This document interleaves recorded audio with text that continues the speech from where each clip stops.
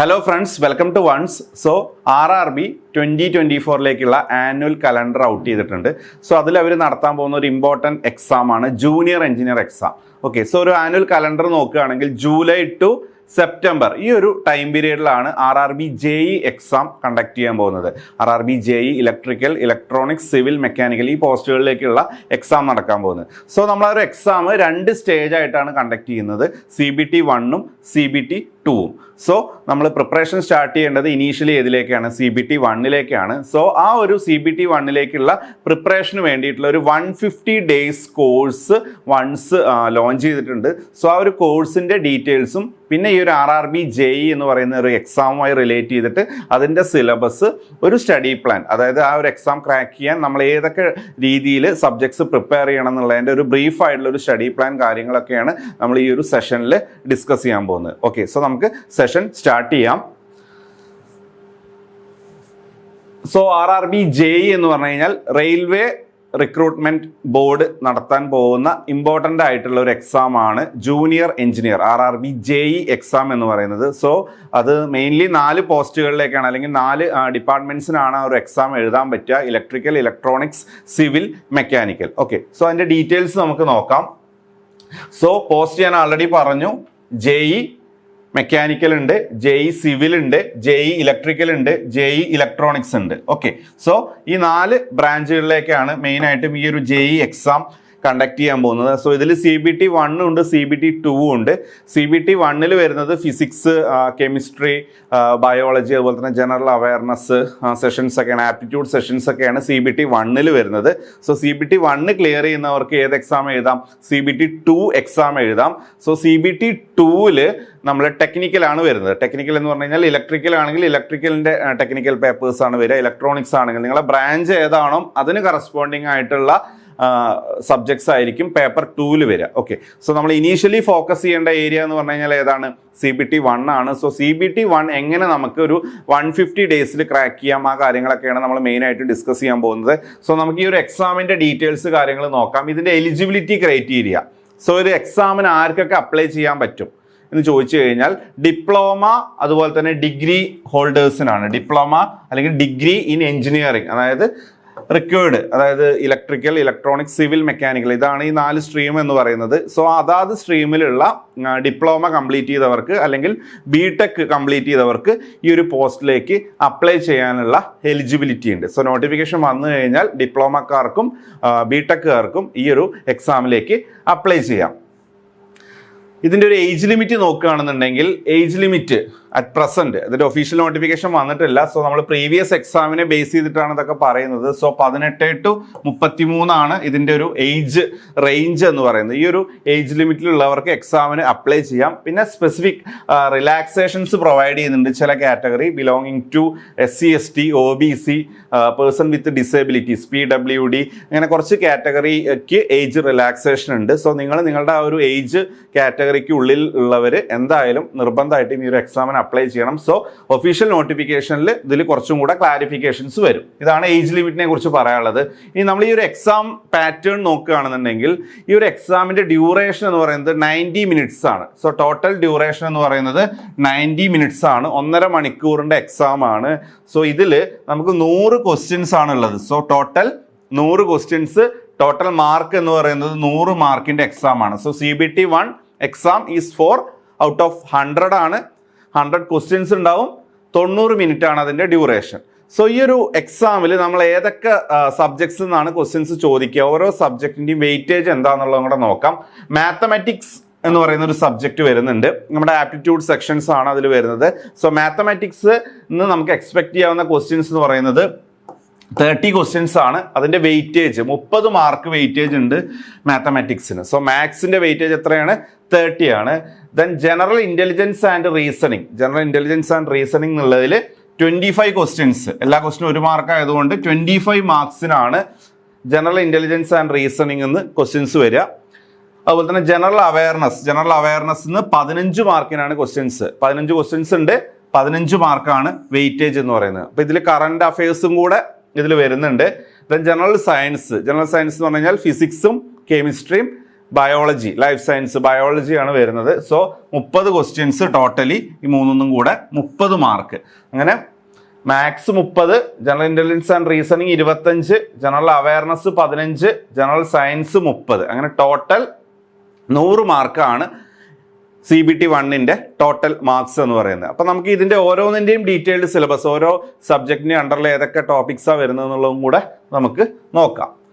So syllabus നോക്കുകയാണെങ്കിൽ first section പറഞ്ഞു ഏതാണ്, മാത്സ് ആണ് വരുന്നത്. മാത്സ് എന്ന് പറഞ്ഞു കഴിഞ്ഞാൽ നമ്മൾ ജനറലി പഠിക്കുന്ന ക്വാണ്ടിറ്റേറ്റീവ് ആപ്റ്റ്യൂഡ് സെക്ഷൻസ് ഒക്കെയാണ് വരുന്നത്. അതായത് റേഷ്യോ, ആവറേജ്, പ്രപ്പോർഷൻ, അതുപോലെ തന്നെ percentages, time and work, time and distance, simple interest, compound interest, profit and loss, geometry, age calculation, കലണ്ടറും ക്ലോക്ക്, ഈ ടോപ്പിക്സ് ഒക്കെയാണ് മെയിൻലി മാത്സിന്റെ അണ്ടറിൽ വരുന്നത്.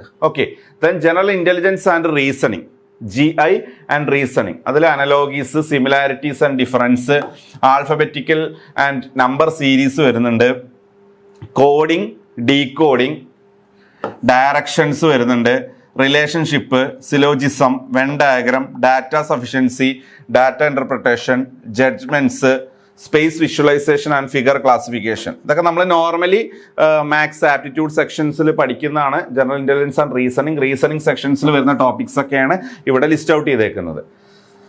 Then general awareness GA. ജനറൽ അവയർനെസ്സിൽ നമുക്ക് കറണ്ട് അഫയേഴ്സ് പഠിക്കാനുണ്ട്. കറണ്ട് അഫയേഴ്സ് ആണ് ഒരു സെക്ഷൻ. പിന്നെ വരുന്നത് Indian geography, Indian polity and constitution, then Indian economy. ഈ 3 ടോപ്പിക്കിന്റെ അണ്ടറിലുള്ള കാര്യങ്ങളുമാണ് ജനറൽ അവയർനെസ്സിൽ വരുന്നത്. ഓക്കെ, ഇതിന്റെ ഓരോന്നിന്റെ വെയിറ്റേജ് നമ്മൾ പറഞ്ഞു. ഇനി സിലബസിന്റെ അണ്ടറിൽ വരുന്ന മെയിൻ ടോപ്പിക്സ് മാത്രമാണ് നമ്മളിവിടെ ലിസ്റ്റ് ഔട്ട് ചെയ്തിട്ടുള്ളത്.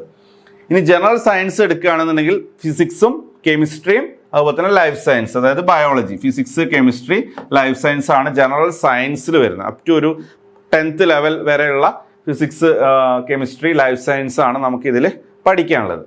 ഓക്കെ, അപ്പോൾ ഇതാണ് ഇതിന്റെ സിലബസ് എന്ന് പറയുന്നത്. അപ്പം നമ്മൾ ഈ ഒരു സിലബസ് മനസ്സിലാക്കിയിട്ട് വേണം ഈ ഒരു എക്സാമിലേക്ക് പ്രിപ്പയർ ചെയ്യാൻ. സോ നോട്ടിഫിക്കേഷൻ വരാൻ വേണ്ടിയിട്ട് നിങ്ങൾ വെയിറ്റ് ചെയ്യേണ്ട. സോ പ്രോപ്പർ ടൈം നിങ്ങൾക്ക് ഇപ്പോൾ അവൈലബിൾ ആണ്. സോ നിങ്ങൾക്ക് സിലബസ് അനുസരിച്ചിട്ട് പ്രിപ്പറേഷൻ സ്റ്റാർട്ട് ചെയ്യാൻ പറ്റിയ ഒരു റൈറ്റ് ടൈമാണ്. സോ ഈ ഒരു എക്സാമിലേക്ക് പ്രിപ്പയർ ചെയ്യാൻ വേണ്ടി നമ്മൾ വൺസ് ഒരു 150 ഡേയ്സിൻ്റെ ഒരു കോഴ്സ് സ്റ്റാർട്ട് ചെയ്യാണ്. സോ 150 ഡേയ്സ് കോഴ്സിൽ നമ്മളൊരു 150 ഡേയ്സിൻ്റെ ഒരു സ്റ്റഡി പ്ലാൻ സപ്പോർട്ടോട് കൂടിയിട്ടാണ് ആ ഒരു കോഴ്സ് പ്രൊവൈഡ് ചെയ്യുന്നത്. സോ ഡീറ്റെയിൽഡ് ആയിട്ട് നമ്മൾ ആ ഒരു സ്റ്റഡി പ്ലാൻ നമ്മുടെ യൂട്യൂബ് ചാനലിൽ അതിൻ്റെ വീഡിയോ പോസ്റ്റ് ചെയ്തിട്ടുണ്ട്. സോ ബ്രീഫായിട്ട് ഞാൻ ഒരു സ്റ്റഡി പ്ലാൻ എങ്ങനെയാണെന്നുള്ളത് പറയാം. സോ നമ്മൾ ഈ ഒരു 150 ഡേയ്സിനെ ഡിവൈഡ് ചെയ്തേക്കുകയാണ്. ഇതിൽ നമ്മളൊരു 100 ദിവസം സബ്ജക്ട്സിന് വേണ്ടിയിട്ട്, അതായത് നമ്മൾ ഇതിൻ്റെ സിലബസിൽ വരുന്ന സബ്ജക്ട്സ് പ്രിപ്പയർ ചെയ്യാൻ വേണ്ടിയിട്ട് ഒരു 100 ഡേയ്സ് ആണ് അലോട്ട് ചെയ്തേക്കുന്നത്. അപ്പോൾ ടോട്ടൽ സിലബസ് നിങ്ങൾ എത്ര ദിവസം കൊണ്ട് കവർ ചെയ്യണം? 100 ദിവസം കൊണ്ട് കവർ ചെയ്യണം. സോ 100 ഡേയ്സ് ആണ് സബ്ജക്ട്സിന് വേണ്ടിയിട്ട് നമ്മൾ ഇതിൽ അലോട്ട് ചെയ്തിട്ടുള്ളത്. So total 100 days. Okay, then നമ്മൾ സബ്ജക്ട്സ് പഠിച്ചു പോയാൽ മാത്രം പോരാ, പ്രോപ്പർ ഇൻ്റർവെൽസിൽ അതെന്ത് ചെയ്യണം? റിവൈസ് ചെയ്യണം. സോ ഓരോ സബ്ജക്റ്റും പഠിക്കുമ്പോൾ തന്നെ അതിൻ്റെ കൂടെ അത് റിവൈസ് ചെയ്ത് പോകണം. റെഗുലർ ഇൻ്റർവെൽസിൽ ഓരോ ടോപ്പിക്സും ബ്രഷ് അപ്പ് ചെയ്ത് പോകണം. സോ റിവിഷന് വേണ്ടിയിട്ട് ഒരു 35 ഡേയ്സ്. സോ റിവിഷന് വേണ്ടി അലോട്ട് ചെയ്തിട്ടുള്ള ഡേയ്സ് എത്രയാണ്? 35 ഡേയ്സ് ആണ്. ഇനി നമ്മളെല്ലാം പഠിച്ചു കഴിഞ്ഞാലും മെയിൻ എക്സാം ഓൺലൈൻ എക്സാം ആണ്, കമ്പ്യൂട്ടർ ബേസ്ഡ് ടെസ്റ്റ് ആണ്.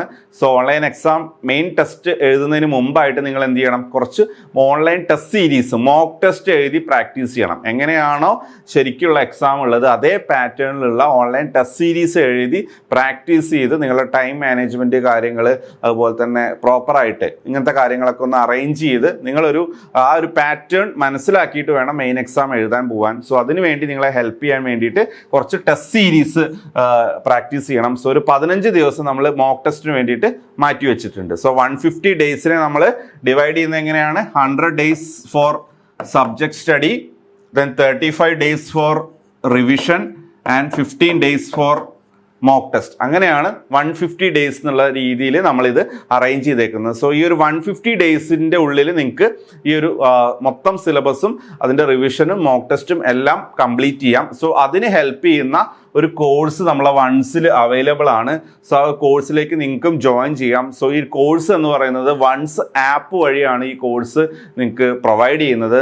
സോ ഈ കോഴ്സിൽ നമ്മൾ പ്രൊവൈഡ് ചെയ്യുന്ന ഫീച്ചേഴ്സ് എന്ന് പറഞ്ഞു കഴിഞ്ഞാൽ സ്മാർട്ട് വീഡിയോ ക്ലാസ്സസ് ആണ്. അതായത് സിലബസ് ഓറിയന്റഡ് ആയിട്ട് നമ്മുടെ സിലബസിൽ വരുന്ന എല്ലാ ടോപ്പിക്സും കവർ ചെയ്യുന്ന രീതിയിൽ നമ്മൾ സ്റ്റുഡിയോയിൽ റെക്കോർഡ് ചെയ്യുന്ന സ്മാർട്ട് ക്ലാസ് വീഡിയോസ് ആണ് പ്രൊവൈഡ് ചെയ്യുന്നത്. സോ എല്ലാ സബ്ജക്ട്സിൻ്റെയും തിയറി സെഷൻസും അതിന്ന് ചോദിക്കുന്ന പ്രാക്ടീസ് ക്വസ്റ്റ്യൻസും ഇൻക്ലൂഡ് ചെയ്തിട്ടുള്ള വീഡിയോ ക്ലാസ്സസ് ആണ്. റെക്കോർഡഡ് ക്ലാസ്സസ് നിങ്ങൾക്ക് ആപ്പ് വഴിയാണ് പ്രൊവൈഡ് ചെയ്യുന്നത്. അതിൻ്റെ സാമ്പിൾ നമ്മുടെ യൂട്യൂബ് ചാനൽ വൺസ് കോച്ചിങ് എന്നുള്ള ചാനലിൽ അവൈലബിൾ ആണ്. സോ നിങ്ങൾക്ക് സാമ്പിൾ ക്ലാസ്സസ് വാച്ച് ചെയ്യാം. അതുപോലത്തെ ക്ലാസ്സസ് ആപ്പ് വഴിയാണ് പ്രൊവൈഡ് ചെയ്യുന്നത്. ഇനി ക്ലാസിന്റെ കൂടെ തന്നെ നിങ്ങൾക്ക് കറസ്പോണ്ടിങ് ഓരോ ക്ലാസിന്റെയും ഓരോ ക്ലാസ്സിൻ്റെയും PDF നോട്ട്സ് അവൈലബിൾ ആണ്. സോ നിങ്ങൾക്ക് നോട്ട്സ് ഡൗൺലോഡ് ചെയ്ത് പ്രിൻ്റ് എടുക്കാനുള്ള ഓപ്ഷനും കൂടെ ആപ്പിൽ അവൈലബിൾ ആണ്. സോ ഈ മെറ്റീരിയൽസ് PDF നോട്ട്സ് അവൈലബിൾ ആണ്. ദെൻ നിങ്ങൾക്ക് മോക്ക് ടെസ്റ്റ് എഴുതി പ്രാക്ടീസ് ചെയ്യാനുള്ള ഓൺലൈൻ ടെസ്റ്റ് സീരീസും കൂടെ ഈ ഒരു കോഴ്സിൻ്റെ കൂടെ വരുന്നുണ്ട്. ഓക്കെ, സോ നിങ്ങൾക്ക് ആ ഒരു എക്സാം പാറ്റേൺ കിട്ടാൻ വേണ്ടിയിട്ട് ടെസ്റ്റ് സീരീസും അറേഞ്ച് ചെയ്തിട്ടുണ്ട്. ഇനി നിങ്ങൾക്ക് എന്തെങ്കിലും ഡൗട്ട്സോ ക്വറീസോ കാര്യങ്ങളോ ഉണ്ടെങ്കിൽ അത് ക്ലിയർ ചെയ്യാനുള്ള ഓപ്ഷൻ വൺസ് ആപ്പിൽ അവൈലബിൾ ആണ്. സോ നിങ്ങൾക്ക് ഡൗട്ട്സ് ഡയറക്റ്റ് ആയിട്ട് ആപ്പിൽ ചോദിച്ചു കഴിഞ്ഞാൽ അതിൻ്റെ ആൻസർ കിട്ടും. So doubt clearance through ones app. So ones app through ആണ് നമ്മൾ ഇതിൻ്റെ ഡൗട്ട് ക്ലിയറൻസ് അറേഞ്ച് ചെയ്തിട്ടുള്ളത്. സോ ഇത്രയും ഫീച്ചേഴ്സ് അടങ്ങിയിട്ടുള്ള 150 ഡേയ്സിൻ്റെ ബാച്ച് ആണ് ഇപ്പോൾ നമ്മൾ ലോഞ്ച് ചെയ്തേക്കുന്നത്. സോ നിങ്ങൾക്ക് ഈ ബാച്ചിലേക്ക് ജോയിൻ ചെയ്യാം. സോ ഓഫർ ഫീസിൽ ജോയിൻ ചെയ്യാൻ നിങ്ങൾ ചെയ്യേണ്ടത് ഡിസ്ക്രിപ്ഷനിൽ ഗൂഗിൾ ഫോം കൊടുത്തിട്ടുണ്ട്. നിങ്ങൾക്ക് അതിൽ രജിസ്റ്റർ ചെയ്യാം. അല്ലെങ്കിൽ ഈ പ്രൊവൈഡ് ചെയ്തേക്കുന്ന ഫോൺ നമ്പേഴ്സിൽ നിങ്ങൾക്ക് കോൺടാക്ട് ചെയ്ത് ഡീറ്റെയിൽസ് കാര്യങ്ങൾ കളക്ട് ചെയ്യാം. നമ്മുടെ പ്രോഗ്രാമിലേക്ക് ജോയിൻ ചെയ്യാം. ഇനി ആൾറെഡി വൺസിൽ പ്രീവിയസ് കോഴ്സസ് എടുത്തിട്ടുള്ള സ്റ്റുഡൻസ് ആണെന്നുണ്ടെങ്കിൽ പ്രീവിയസ് കോഴ്സസ് എടുത്തിട്ടുള്ളവർക്ക് ഒരു സ്പെഷ്യൽ ഓഫറും ഉണ്ട്. ഓക്കെ, സോ CBT 1 ഇലക്ട്രിക്കലോ സിവിലോ മെക്കാനിക്കലോ ഇലക്ട്രോണിക്സോ ഏത് ബ്രാഞ്ച് സ്റ്റുഡൻസിനും CBT 1 എക്സാം സിലബസ് എന്ന് പറയുന്നത് എന്താണ്, കോമൺ ആണ്, സെയിം ആണ്. സോ ഏത് ബ്രാഞ്ചുകാർക്കും ഈ ഒരു പ്രോഗ്രാമിലേക്ക് എൻറോൾ ചെയ്യാം. സോ ഇത്രയാണ് അതിൻ്റെ ഡീറ്റെയിൽസ്. കൂടുതൽ വീഡിയോസിനായിട്ട് വൺസിൻ്റെ യൂട്യൂബ് ചാനൽ സബ്സ്ക്രൈബ് ചെയ്യുക. താങ്ക്